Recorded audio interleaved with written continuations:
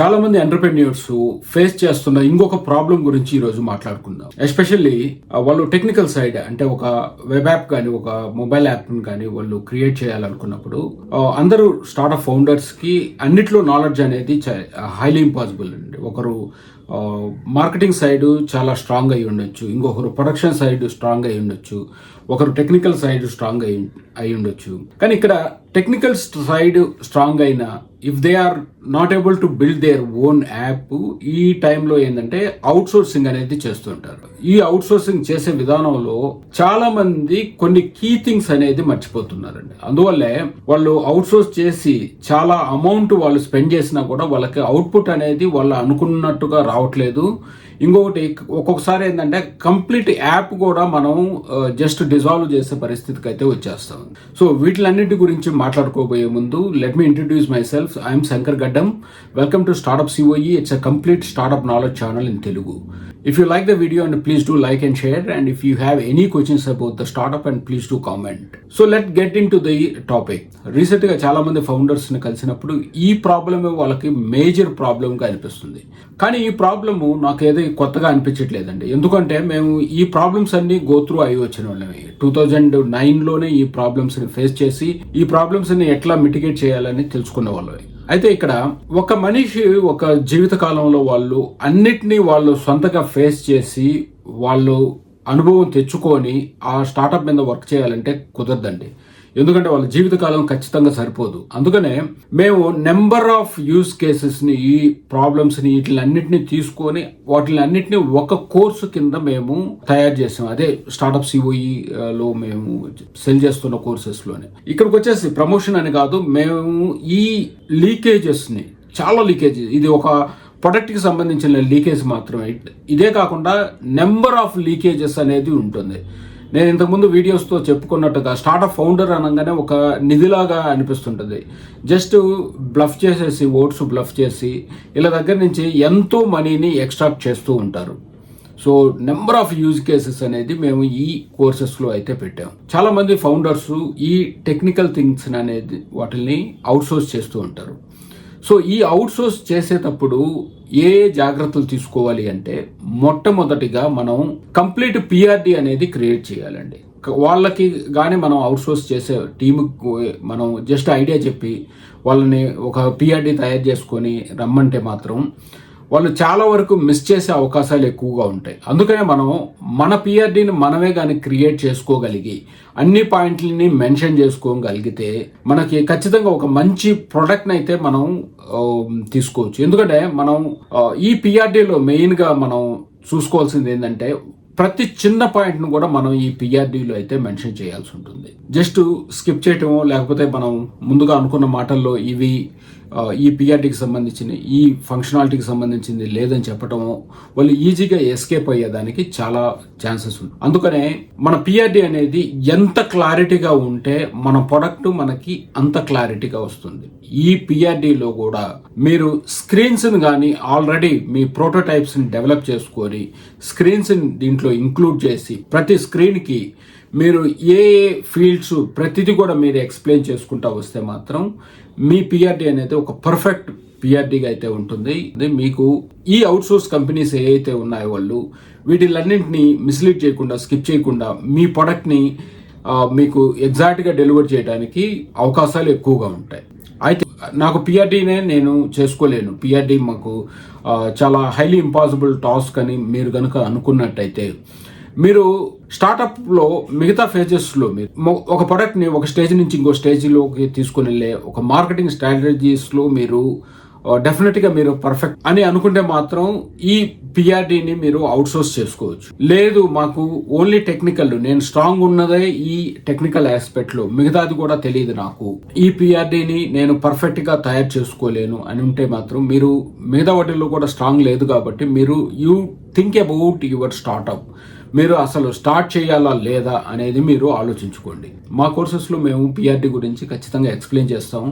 So ఆ courses తీసుకొని at least మీరు కనుక పిఆర్డీ కనుక తయారు చేసుకుంటే మీరు వెల్ అండ్ గుడ్. మేము కూడా పిఆర్డి క్రియేట్ చేయడానికి కన్సల్టింగ్ అయితే చేస్తాం.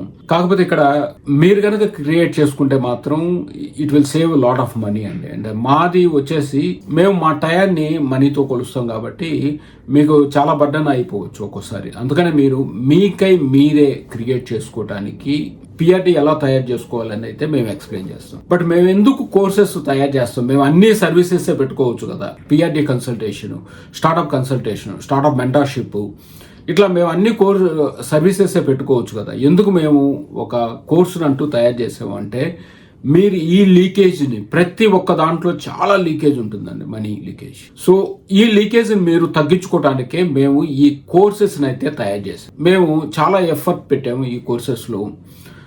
ఎందుకు అంటే ఇది నెంబర్ ఆఫ్ స్టార్ట్అప్ ఫౌండర్స్కి యూజ్ అవ్వాలి అని. అంటే అరౌండ్ ద గ్లోబ్ నా కోర్సెస్ని ఆఫ్రికన్ కంట్రీస్ వాళ్ళు కూడా తీసుకొని ఉన్నారు. అంటే డిఫరెంట్ ప్లాట్ఫామ్లో. బట్ ఇప్పుడు ఉన్న కోర్స్ కంటే దాదాపుగా ఒక 4-5 టైమ్స్ ప్రైస్ ఎక్కువ దాంతో వాళ్ళు కొనుక్కొని ఉన్నారు అనమాట. సో అందుకనే నేను మీకు చెప్తున్నాను, ఈ కోర్స్ అనేది చాలా కీలకమైంది. అయితే మనం ఇప్పుడు రెండో పాయింట్కి వద్దాం. ఒకటి, పిఆర్డి అనేది పర్ఫెక్ట్గా తయారు చేసుకోవాలి. ఇంకా రెండో పాయింట్ వచ్చేసి మన అగ్రిమెంట్ అయితే చాలా పర్ఫెక్ట్గా ఉండాలండి. అంటే మీకు తోచిన ప్రతి పాయింట్, ప్రతి ఇంపార్టెంట్ పాయింట్, లేకపోతే సెకండ్ ఇంపార్టెన్స్ ఉన్న పాయింట్స్ కానీ ప్రతి పాయింట్ కూడా మీరు ఈ అగ్రిమెంట్స్లో అయితే ఖచ్చితంగా మీరు మెన్షన్ చేసుకోవాలి. ఎందుకు అంటే మన ఇండియన్ లాస్ ప్రకారం ఒక అగ్రిమెంట్లో మ్యూచువల్ అగ్రిమెంట్ అనేది జరిగింది అంటే ఆ పాయింట్స్ మీరు మెన్షన్ చేశారు, మీరు సైన్ పెట్టారు, మీ అవుట్సోర్సింగ్ కంపెనీ వాళ్ళు సైన్ పెట్టారంటే అది అందరితో అయిపోతుందండి. మీరు కోర్టులో ఉన్న వేరే డిఫరెంట్ లాస్ని దీనికి వర్తించాలంటే దాదాపుగా అవి వర్తించవు. మ్యూచువల్ అగ్రిమెంట్స్నే వీళ్ళు ఎక్కువగా తీసుకుంటారు కాబట్టి సో మీరు మ్యూచువల్ అగ్రిమెంట్ అనే ఈ అగ్రిమెంట్ మాత్రం మీరు పర్ఫెక్ట్గా మీరు చూసుకోవాలి. ఇక్కడ మూడోది వచ్చేసి జ్యూరిస్డిక్షన్ అండి. ఇప్పుడు మీరు హైదరాబాద్లో ఉన్నారు, లేకపోతే బెంగళూరులో ఉన్నారు, మీరు అవుట్సోర్సింగ్ వచ్చేసి జైపూర్ కంపెనీకో లేకపోతే ఢిల్లీలోనో లేకపోతే ముంబైలోనో మీరు అవుట్సోర్సింగ్ కంపెనీకి మీరు మీ ప్రొడక్ట్ని తయారు చేయమని ఇచ్చారనుకుందాం. ఇక్కడ ఏమొస్తుందంటే ఒక పాయింట్ దగ్గర మీరు ఇద్దరు కానీ అగ్రీ కానీ కాకపోతే మిమ్మల్ని మీరు ప్రూవ్ చేసుకోవడానికి మీకు ఆడ పాయింట్ ఉంది, మీరు కోర్టుకు వెళ్ళినా కూడా మీరు ఆ పాయింట్ని మీరు గెలవగలరు అని కానీ మీకు అనిపించిందంటే మెయిన్గా వచ్చేసి ఏంటంటే మీరు ఆ స్టేట్కి సంబంధించిన జ్యూరిస్డిక్షన్లోకి వెళ్ళి అక్కడ కేసు వేసి అక్కడ కూర్చొని మీరు ఆడ హీరింగ్స్కి అటెండ్ అయ్యి అక్కడ మీరు గెలవాల్సి ఉంటుంది. సో అందుకనే ఇది జ్యూరిస్డిక్షన్ అనేది చాలా ఇంపార్టెంట్ అండి. అందుకనే మీరు సెలెక్ట్ చేసుకునేటప్పుడు మీ లోకల్ జ్యూరిస్డిక్షన్లో ఆ కంపెనీ ఉందా లేదా, లేకపోతే మీ లోకల్ జ్యూరిస్డిక్షన్లో ఆ కంపెనీ యొక్క బ్రాంచ్ ఆఫీసు ఉందా లేదా అనేది మీరు ఖచ్చితంగా చూసుకోవాల్సి ఉంటుంది. కనీసం బ్రాంచ్ ఆఫీస్ ఉన్నా కూడా మీరు మీ లోకల్ జ్యూరిస్డిక్షన్లోనే మీరు కేసు ఫైల్ చేయాలి. అయితే ఇంకొకటి ఉంది ఇక్కడ, మీ జ్యూరిస్డిక్షన్ అంటే మీ స్టార్టప్ అయితే ఎక్కడైతే ఉందో ఆ జ్యూరిస్డిక్షన్లో మీరు కేసు వేసుకోవచ్చు అనేటట్టుగా, లేకపోతే ఆ అగ్రిమెంటు ఆ జ్యూరిస్డిక్షన్ని కవర్ చేస్తుంది అనేటట్టుగా మీరు కనుక మీ అగ్రిమెంట్లో కానీ మెన్షన్ చేస్తే that is also well and good అండి. సో అప్పుడు కూడా మీరు చాలా లాస్ ప్రకారం మీరు ప్రొటెక్ట్ అవుతారు. సో మీరు ఒకవేళ కేసు వేసే ముందల మీరు ఎలా అప్రోచ్ అవ్వాలి, కన్జ్యూమర్ కోర్టుకి ఎలా వెళ్ళాలి, ఇవి అన్నీ ఏంటంటే ఇది altogether it's a different thing. మీరు మాత్రం నెక్స్ట్ టైం మీరు అవుట్సోర్స్ చేసేటప్పుడు వీటిని మాత్రం చాలా కీలకంగా తీసుకోండి. ఇవి ఏవి కూడా కొట్టేసే అంశాలు కాదు. సో వీటిని చాలా కేర్ఫుల్గా మీరు చూసుకొని ఇద్దరు మ్యూచువల్ అగ్రిమెంట్ మీద సైన్ చేసిన తర్వాతే మీరు ప్రొసీడ్ అవ్వండి. అదర్వైజ్ మీరు ప్రొసీడ్ అవ్వాల్సిన అవసరం లేదు. ఇటువంటి వాటిల్లో చాలా వీక్ అని మీరు అనిపిస్తే, మీకు గనక మీరు అనిపిస్తే ఖచ్చితంగా మీరు అందరితో ఆ స్టార్టప్ని స్టాప్ చేయండి, లేదా ఒక కన్సల్టింగ్ తీసుకోండి, లేదా మీ ఫ్రెండ్స్లోనో ఫ్యామిలీ మెంబర్స్లోనో ఎవరో ఒకరు ఇటువంటి విషయాల్లో మీకు హెల్ప్ చేయకుండా పోయే వాళ్ళు ఉండరు. సో వాళ్ళ హెల్ప్ తీసుకోండి మీరు. సో అంతేగాని అండి మీరు బ్లైండ్గా అయితే వెళ్ళబాకండి. వీళ్ళు అవుట్సోర్స్ చేసే వాళ్ళు చెప్పేటప్పుడు చాలా స్మూత్గా హ్యాండిల్ చేస్తారు, చాలా ఒబీడియంట్గా మాట్లాడతారు. మీకు తెలియని పాయింట్లు కూడా వీళ్ళు చెప్తా ఉంటారు అనమాట. అంటే మీకు ఏమనిపిస్తుందంటే వీళ్ళకి గనక మీ ప్రాజెక్ట్ కానీ వదిలేస్తే it will be the very big app or very big the web app they will create. But అవన్నీ బూటకం అండి. ఒకసారి మీరు అగ్రిమెంట్ మీద సైన్ చేసిన తర్వాత అప్పుడు దాకా మాట్లాడిన మార్కెటింగ్ పర్సన్ కూడా అక్కడ ఉండడు. మీరు డైరెక్ట్గా మీరు ఒక ప్రాజెక్ట్ మేనేజర్ ఎవరినో ఒకరిని మీరు అసైన్ చేసుకోవాల్సి ఉంటుంది.